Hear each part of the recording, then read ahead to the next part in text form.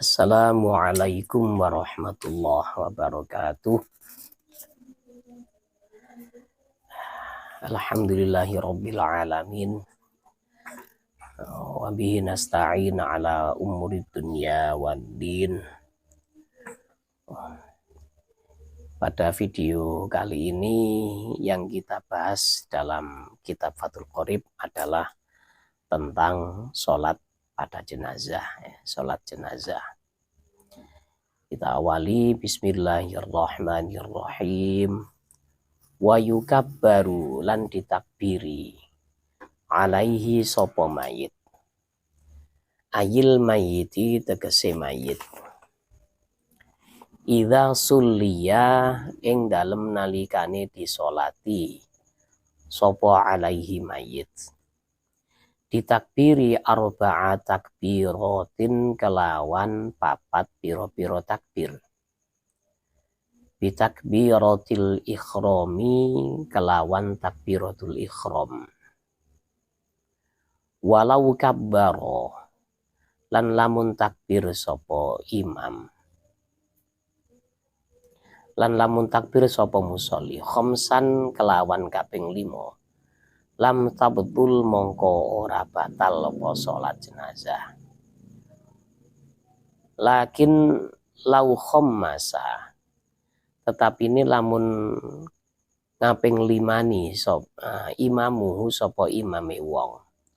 Lam yutabi' mongko ora ngikuti sapa makmum hu ing imam. Bal yusallimu tetapi ini salam sopo makmum au yantadhiru utawa ngenteni sopo makmum hu ing imam liyusallima supaya salam sopo makmum ma'ahu sertane imam wa huwa utawi intidhar wa taslim ma'ahu afdalu iku utama. Maksud yang kami baca ini adalah ketika ada jenazah yang sudah selesai dimandikan, dikafani, najis-najisnya sudah bersih semuanya, kemudian disolatkan, ini dengan cara takbir 4 kali ketika jenazah itu disolatkan. 4 kali itu termasuk hitungan takbiratul ikhramnya juga. Takbir permulaan untuk masuk dalam sholat jenazah ini terhitung 4. Jadi setelah takbiratul ikhram kemudian ditambah dengan 3 takbir.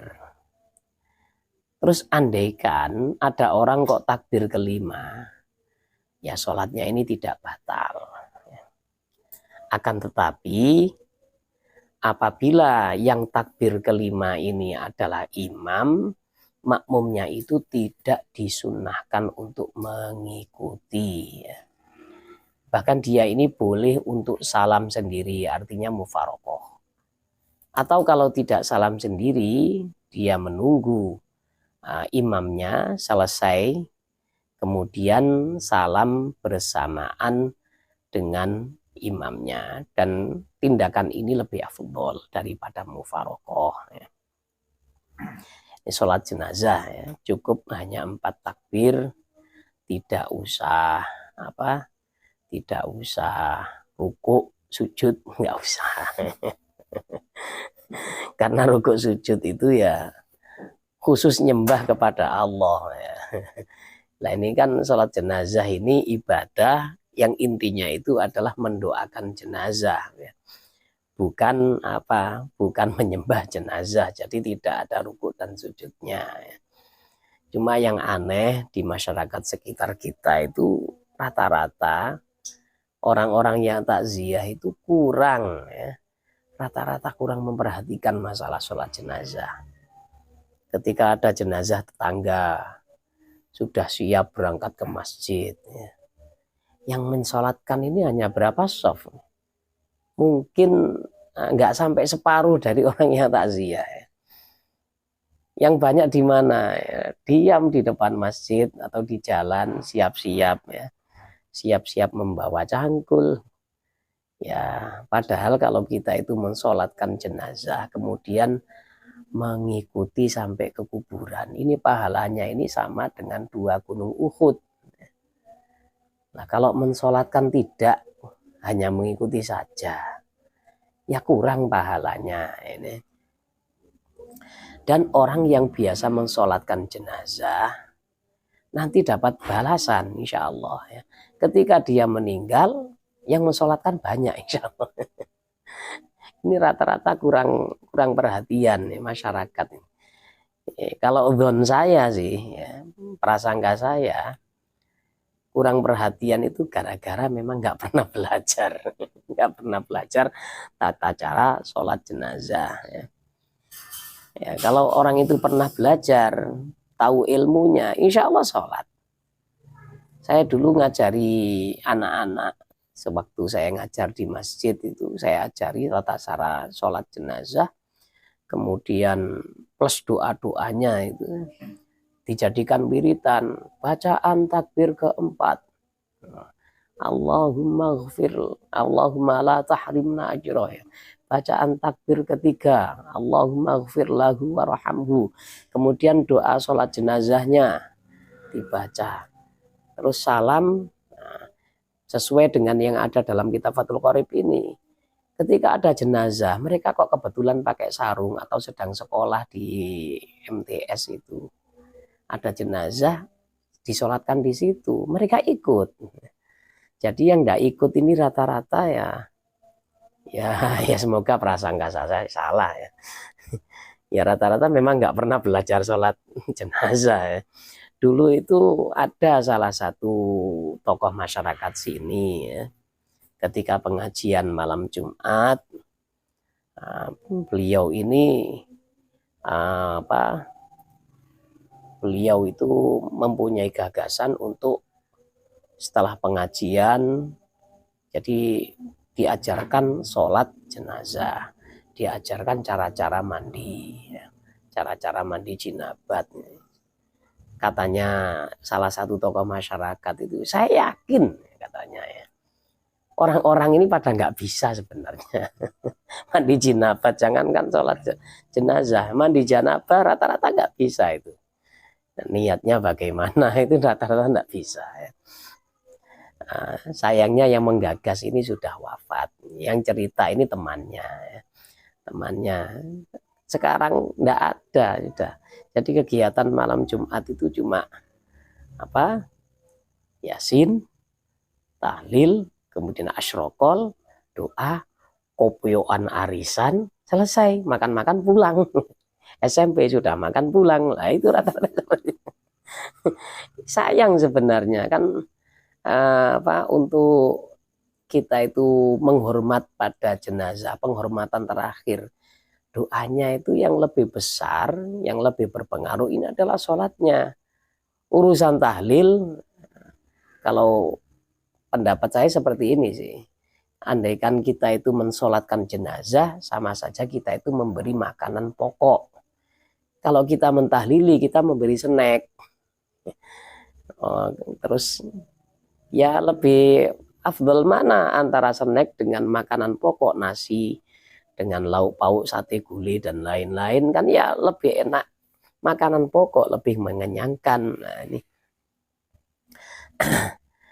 ya harusnya jadi perhatian ya untuk masyarakat dan tokoh-tokohnya juga, supaya supaya menggalakkan peduli tetangga yang sudah meninggal dengan sholat jenazah. Bukan hanya cangkruk atau rokokan menunggu ya. Kemudian waktu berangkat ke kuburan, waduh, bis patas atau kereta ekspres. Waduh, kasihan yang bawa, yang ada di depan itu dorong-dorong, kasihan ya. Waya qara'ulan maca sapa musolli, ayil musolli tegese musolli al-Fatihah ing surat Fatihah ba'da takbiratil ula ing dalam sause takbiratul ula. Yang sholat jenazah ini membaca Fatihah setelah takbiratul ula atau takbiratul ikhram ya. Nah, membaca Fatihah waya juzu, lan oleh utawa wenang qiraatuha apa pembacaan Fatihah ba'da ghairil ula ing dalam sause liyane takbir pertama. Andai kan orang ini lupa setelah takbir pertama ngowo ngelamun nggak baca Fatihah, terus ingatnya ketika takbir kedua, ya sudah dibaca saja takbir kedua, tidak masalah ya, sekaligus membaca sholawat juga ya. Wa yusolli lan moco sholawat sopo musolli ala nabi ngatasi Nabi Muhammad sallallahu alaihi wasallam ba'da takbirati ing dalam sakwuse takbir atsaniyati kang nomor loro. Setelah takbir kedua ini disunahkan, ini bacaannya bacaannya adalah sholawat kepada Rasulullah Shallallahu Alaihi Wasallam.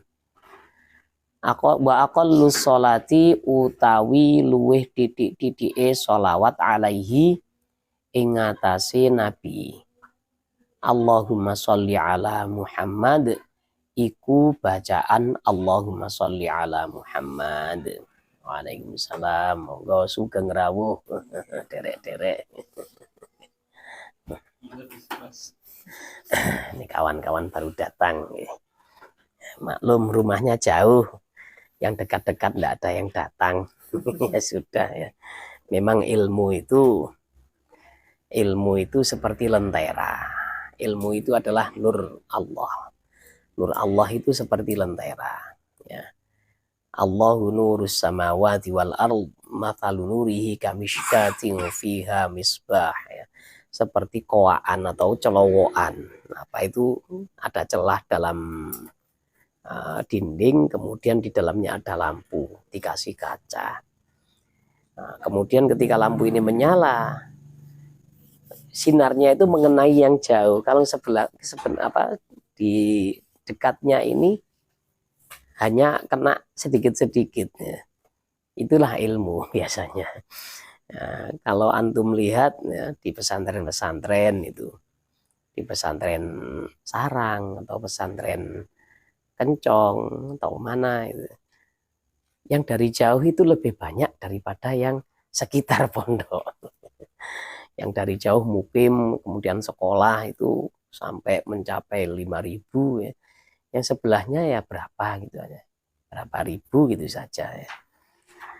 Ini sholat atau sholawat yang paling singkat ketika sholat jenazah, cukup membaca Allahumma sholli ala Muhammad. Dikasih Sayyidina ya tidak masalah ya. Memang Kanjeng Nabi itu kan memang junjungan kita. Sayyidina itu artinya junjungan kita. Nah, kita pakai Sayyidina bagaimana hukumnya? Ya bagus ya. Nah, soalnya lebih beradab daripada kita hanya Allahumma sholli ala Muhammad. Kalau di Jawa itu kan orang panggil seseorang yang lebih mulia, itu kan panggilnya kan pakai Pak. Ya. Misalkan ada orang lebih tua dari kita manggilnya kan tidak namanya. Ada orang namanya Dibyo. Ya kita manggilnya Pak Dibyo, bukan Yo Dibyo, kan lebih tua ya.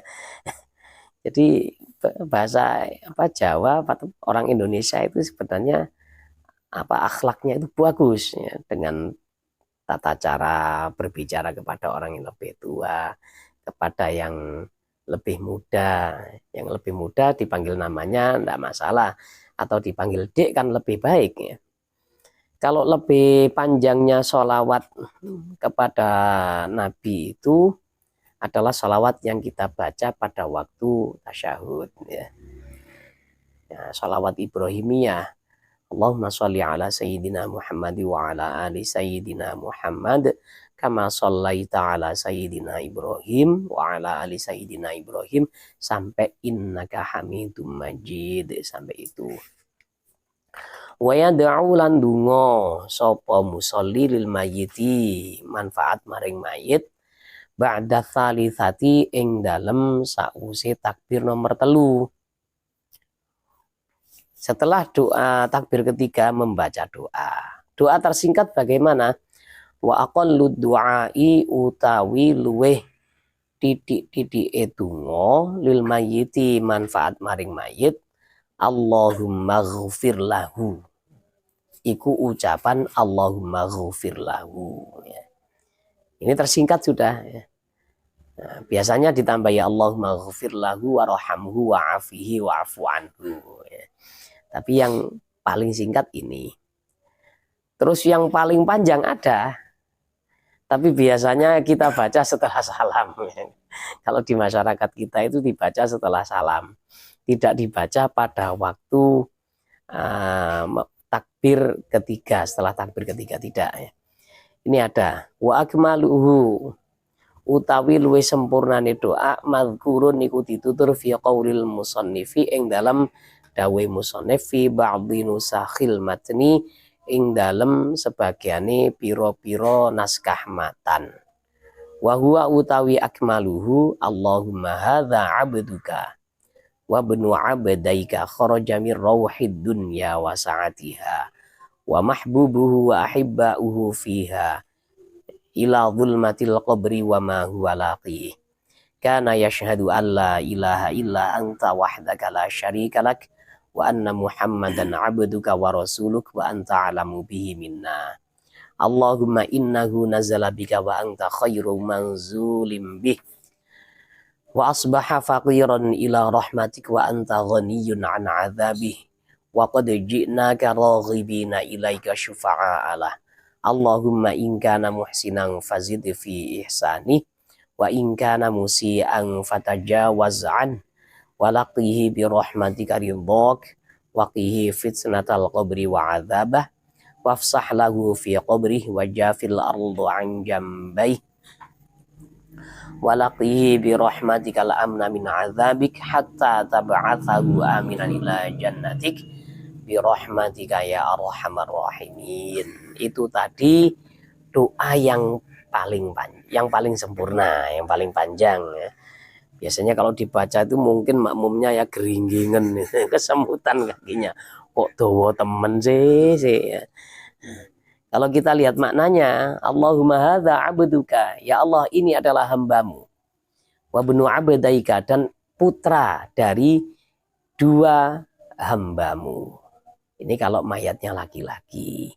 Kalau mayatnya perempuan, Allahumma hadhihi amatuk wa bintu 'abdaik. Terus domir-domir yang ada ya dirubah semua. Ini tadi yang saya baca, domir-domirnya ini adalah domir mudzakkar untuk laki-laki. Nah, ketika untuk perempuan ya dirubah sesuai dengan tata cara nahwu. Kecuali satu, ada domir yang tidak boleh dirubah ya. Wa anta khairu manzulim bih. Bihi ini tidak boleh diganti biha. Ya. Karena bihi ini kembali kepada aid yang terbuang, kembali kepada Allah. Ya. Wa anta ini takdirannya itu ada di sini ya. Diterangkan. Wa anta 'azimun karimun manzulun indahu. Nah, ini perkiraannya di situ ya. Manzulun bihi ini kembali pada 'azimun karimun. Jadi ini yang tidak dirubah. Lah kalau mayatnya tidak laki-laki, tidak perempuan bagaimana? Mayatnya ini kalau cara Jawa itu bobok purus ya. Khunta itu seorang yang kelaminnya nggak jelas. Maksudnya bagaimana? Dia ini punya kelamin ganda. Jadi dibahasakan oleh ulama-ulama fikih zaman dulu itu khunta. Dan khunta ini muskil karena apa? Menyulitkan. Dia ini punya dua kelamin dan sama-sama berfungsi. Lah repot ya. Mau dikatakan laki bisa apa enggak? Dikatakan perempuan. Lah ya punya alat perempuan, ya punya alat laki. Repot ini jadinya.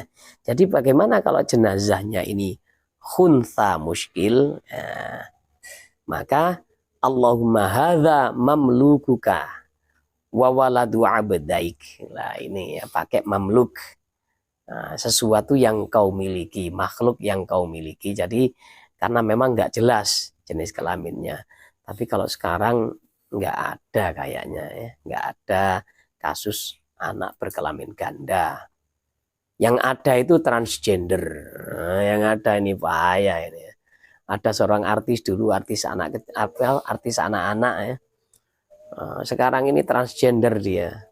Cantik sekali, dulu memang ganteng anaknya. Lah yang bahaya itu yang serem-serem itu ya. Ada dia mau kembar itu.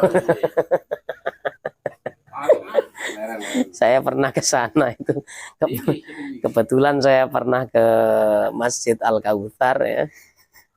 Ke Masjid Al-Kautsar menghadiri acara ada seorang kiai dari Jember yang mengisi acara itu ya.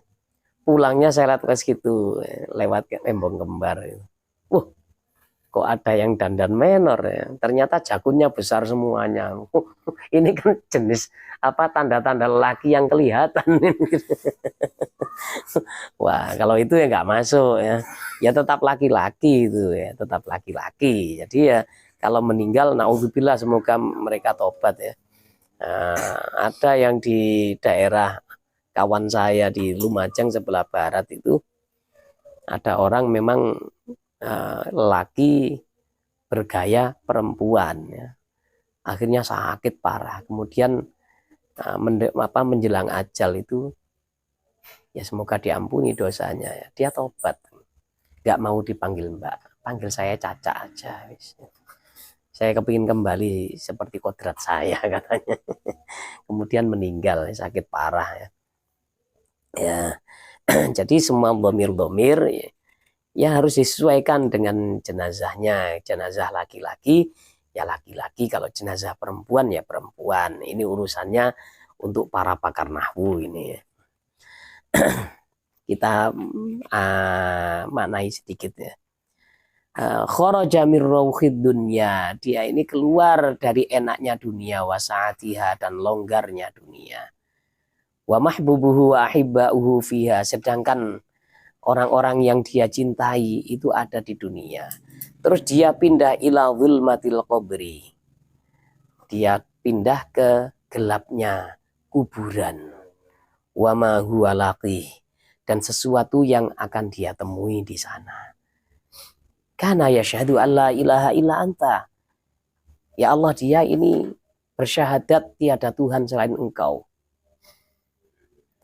Wahdaka la syarika lak. Engkau hanya satu-satunya Tuhan. Tidak ada sekutu bagi Engkau ya Allah. Ini arti doanya. Wa anna Muhammadan abduka wa rasuluk, dan sungguhnya Nabi Muhammad adalah hambamu dan rasulmu. Anta alamu bihi minna. Engkau lebih tahu dengan hal itu daripada kita. Maksudnya kita membaca, kita bersaksi ya. Kita membaca doa ini menyaksikan bahwa memang jenazah ini orang Islam secara zahir. Kita menghukumi secara zahir. Masalah batinnya, entah itu dia muslim betulan atau muslim gadungan, ya terserah Allah. Kita kan nahnu nahkumu zahir ya. Nahnu nahkumu bil zahir wallahu yatawalas sarair ya. Yang kita hukumi ini secara zahir, yang kelihatan itu seperti apa. Urusan batinnya itu Allah yang berkuasa ya. Allahumma innahu nazala bika ya. Ya Allah, sekarang dia ini singgah di alammu ya, alam barzakh ya. Wa anta khairu manzulim bih, dan engkau adalah sebaik-baik zat yang disinggahi untuk mendapatkan rahmatmu ya. Wa asbaha faqiran ila rahmatik, sekarang ini dia ya, butuh pada rahmatmu. Wa anta ghaniyun an adzabi, sedangkan engkau tidak membutuhkan dia, entah ini dia kau rahmati atau kau azab. Wa qad ji'naka raghibina ilaika syufa'alak, dan kami datang kepadamu dengan sholat ini berharap ya, dan berharap supaya menjadi syafaat bagi dia ya. Senang untuk senang berharap untuk menjadi orang-orang yang memberi syafaat pada dia. Artinya apa? Tolong doa kami dikabulkan. Nah, ini. Allahumma in kana muhsinan, kalau dia ini baik, fazid fi ihsanih, maka tambahkanlah kebaikan-kebaikannya. Wa in kana musian, apabila dia ini orang yang berbuat buruk, fatajawaz an, maka lewatilah ya. Maksudnya lewati itu ketika hisab jangan dilihat. Keburukannya jangan diteliti, dilewati saja wis. Atau bisa diartikan ya ampunilah ya. Walaqihi bi rahmatika ridhak, dengan rahmatmu temukanlah ia dengan ridhamu ya. Waqihi fitnatal qabri wa adzabah, jagalah ia dari fitnah kubur. Nah, pertanyaan yang menyulitkan, fitnah kubur itu ya. Wa adzabah, dan juga siksaannya. Wafsah lahu fi qabrih, lebarkan kuburannya, lebarkan supaya wajah fil ardo an jambih, dan renggangkan bumi dari dua lambungnya, supaya tidak terhimpit ya. Kan kadang-kadang ada jenazah itu, apalagi ya jenazah jenazah yang menurut kepercayaan kita itu dia ini suul khotimah ya. Ketika masuk dalam kubur langsung dihimpit oleh bumi, kemudian dibuka lagi, remuk sudah tulang rusuknya. Pernah ada orang-orang yang mu'alaf itu melihat salah satu kuburan ya, kuburan di komunitas mereka sebelum mereka jadi mu'alaf. Ini nggak habis pikir, kepala ditaruh di sebelah barat. Jadi kalau umat selain kita itu kan kepalanya ini tidak posisi dia berbaring itu kan tidak menghadap kiblat. Kepalanya ada di barat. Ini saya membaca buku cerita ya. Kakinya ada di sebelah timur. Ketika habis dikubur, terus ada penggalian, kepalanya pindah ke timur. Kok bisa padahal ada dalam peti? Kok bisa seperti ini? Ya itulah rahasia Allah ya, yang ada dalam kuburan. Kemudian walaqihi bi rahmatikal amna min adzabik, dengan rahmatmu temukanlah ia dengan keamanan dari siksamu, hatta tab'atsahu aminan ila jannatik, sehingga engkau bangkitkan dia dengan dalam keadaan aman, lenggang kangkung ke surgamu. Bi rahmatika ya arhamar rahimin, ini maknanya jelas. Ini dibaca setelah takbir ketiga, tapi kalau masyarakat sini ya dibaca setelah salam ya. Wa yaqulu fir rabi'ah, dan di takbir yang keempat, setelah takbir keempat itu kita disunahkan membaca Allahumma la tahrimna ajrahu wa la taftinna ba'dahu wa ghfir lana walah. Ya Allah, Allahumma ya Allah la tahrimna, ampun ngaling-ngalingi panjenengan ing kita ajrahu, ing ganjarane iki mayit, wala taftinna, lan ampun mitnah panjenengan ing kita ba'dahu, ing dalem sakwise mayit, wa ghfir, lan mugi ngapura panjenengan lana maring kita, walahu lan maring mayit. Ya Allah, janganlah kau halangi kami dari mendapatkan pahala setelah mensolatkan dan menguburkannya ya. Jadi pahalanya kan besar. Orang ikut mensolatkan jenazah, kemudian mengikuti jenazah sampai ke kuburannya, ini kan pahalanya setara dengan 2 gunung Uhud. Jangan sampai pahala itu lenyap ya. Kita capek-capek habis nyolati, habis mengantarkan jenazah, apalagi yang posturnya tinggi-tinggi biasanya kan menjadi roda. Menjadi roda dari keranda mayat itu. Kan ada nyanyiannya itu ya. Tumpaane kereta Jawa, roda papat rupa menungso, yen kempos rai so dikumpo, mergane menungso mangane sego. Jadi numpake kereta Jawa. Kereta Jawa. Roda papat. Rodanya 4. Tapi berupa manusia. Ini kalau di desa. Kalau di Lumajang sekarang enggak ya. Ada rodanya betulan, roda becak. Di kota ini. Jadi enggak dipikul sama orang tapi didorong. Wah, ini berarti enggak relevan sekarang ya. Sudah enggak laku nyanyian ini ya, di kota ya. Terus jangan engkau fitnah kami setelah prosesi acaranya dia ya. Maksudnya kita itu setelah menghormat terakhir pada jenazah, jangan sampai kita ini mendapat dosa. Kadang ada loh orang itu mendapat dosa setelah prosesi pemakaman jenazah itu. Ya, bagaimana mendapat dosanya? Setelah pulang dari jenazah dari pemakaman, kita malah gunjing, ini jenazahnya ini masya Allah, dulunya itu bla bla bla bla bla, tukang main, tukang ini, tukang itu lah kan.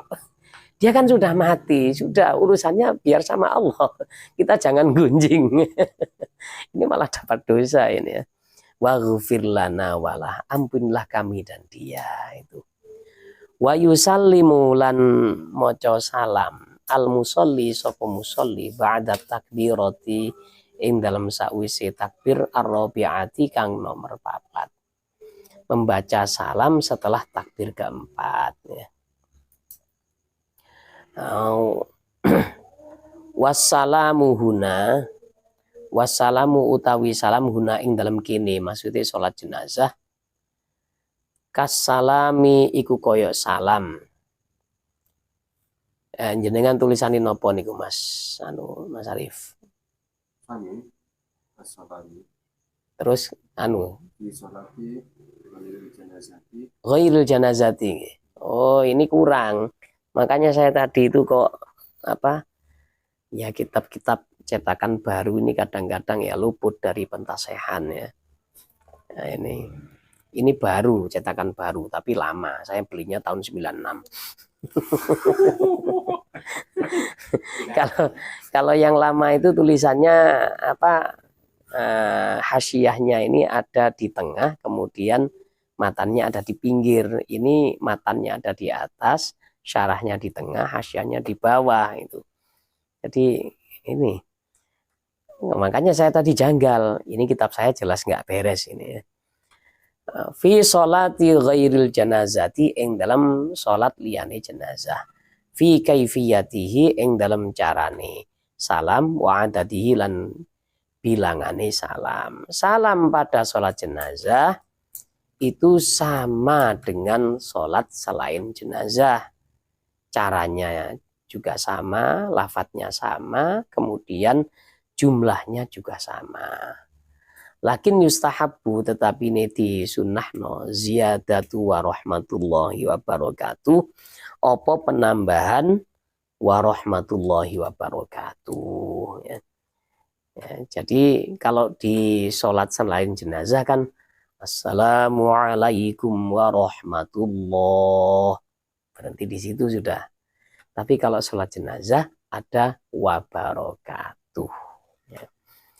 Terus memang salam itu yang paling lengkap memang hanya berhenti pada wa barakatuh. Selanjutnya enggak ada riwayat ya, enggak ada hadisnya. Entah ditambahi apa. Ya, assalamualaikum warahmatullahi wabarakatuh. Misalkan wa ma'unatuh wa maghfiratuh enggak ada ya. Cuma berhenti pada wa barakatuh kalau salam itu ya. Yang maksur dari Nabi itu sampai ke situ ya. Alhasil kesimpulan kita pada sholat jenazah ini, sholat jenazah 4 kali takbir ya. Takbir pertama adalah takbiratul ihram, setelah itu membaca surat Al-Fatihah. Takbir kedua membaca sholawat. Takbir ketiga membaca doa. Ada doa minim, ada doa maksi. Doa minimal dan maksimal ada ya. Kemudian setelah takbir keempat membaca Allahumma la tahrimna ajrahu wa la taftinna ba'dah waghfir lana walah. Habis itu ditutup dengan salam. Ya. Kita ganti pada kitab Bidayatul Hidayah.